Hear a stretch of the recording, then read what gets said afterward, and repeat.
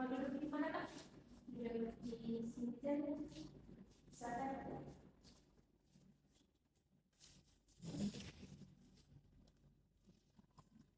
Baik, sebelumnya perkenalkan nama saya Dina Kasyania. Saya sebagai konselor yang mendampingi sesi konseling pada hari ini. Boleh diperkenalkan namanya siapa? Nama saya Ania Niskaira. Oke, Ania. Sebelumnya Ania sudah pernah ikut konseling? Belum pernah sih Bu, karena biasanya saya tuh curhat sama kawan-kawan saya Bu. Kawan saya suka dengan saya curhat gitu kan, suka kasih masukan juga. Cuman beberapa kawan saya juga nyaranin kalau saya baiknya pergi ke konseling terus biar lebih maksimal hasilnya itu. Baik, Ania. Jadi saya jelasin sedikit ya mengenai konseling. Jadi konseling itu proses pemberian bantuan yang dilakukan oleh konselor kepada konseli menggunakan komunikasi yang baik. Jadi di sini Anda bebas mau cerita apa aja tanpa takut dihakimi. Karena di sini tempatnya aman dan pastinya bersifat rahasia. Iya Bu. Bagaimana kabar Anda hari ini? Untuk hari ini saya bingung Bu sama masa depan saya, sama pilihan saya gitu. Saya memahami perasaan Anda. Jadi wajar aja kamu merasa bingung karena menghadapi pilihan yang besar. Kalau boleh tahu apa yang membuat kamu merasa bingung? Boleh ceritakan lebih jauh? Saya Bu suka bingung, suka takut, gelisah, kurang mengambil keputusan, kurang percaya diri gitu. Tiap saya mengambil keputusan, saya tuh bingung gitu Bu. Ini udah benar nggak sih? Keputusan ini udah benar nggak sih?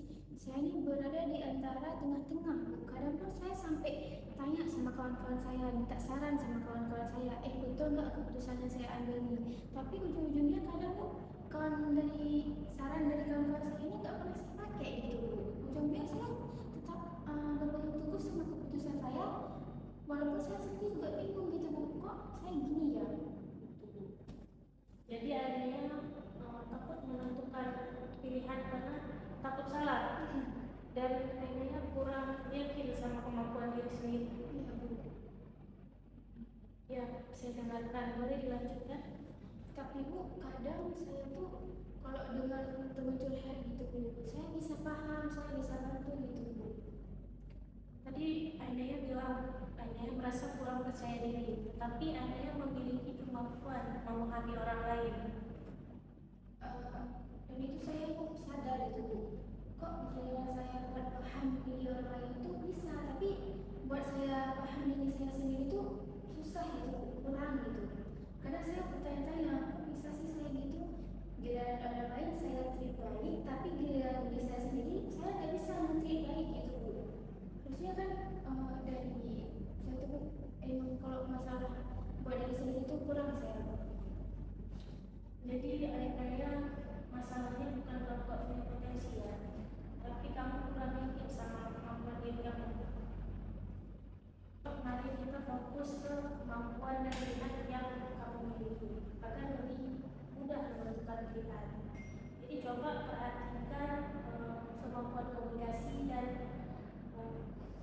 kepedulian yang kamu miliki. Saya sarankan kamu menulis daftar minat dan kemampuan kamu.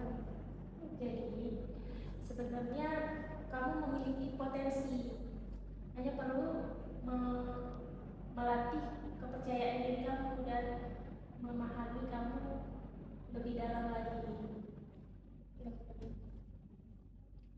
Terima kasih Ainaya untuk hari ini.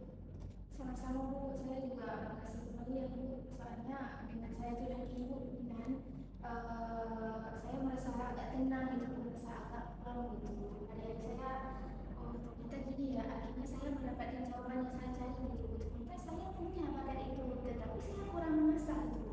Dan gara-gara kepercayaan diri saya yang berkurang itu, saya kayak ngerasa mengasah gitu. Makasih banyak ya Bu. Ya sama-sama ya.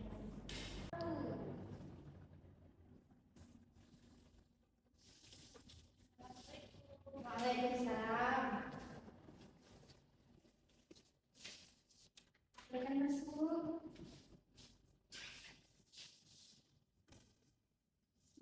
gimana? Sudah juga. Boleh ya?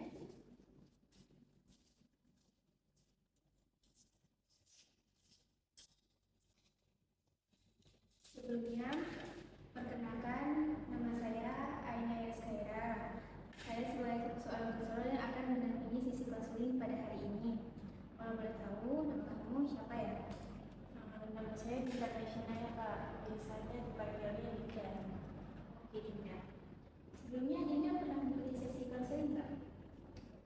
Belum pernah sih Kak, tapi banyak yang nyaranin buat konselor untuk hasil yang lebih maksimal Kak. Oh, jadi ini baru pertama kalinya Dinda pergi ke tempat konseling ya? Iya Kak. Oke.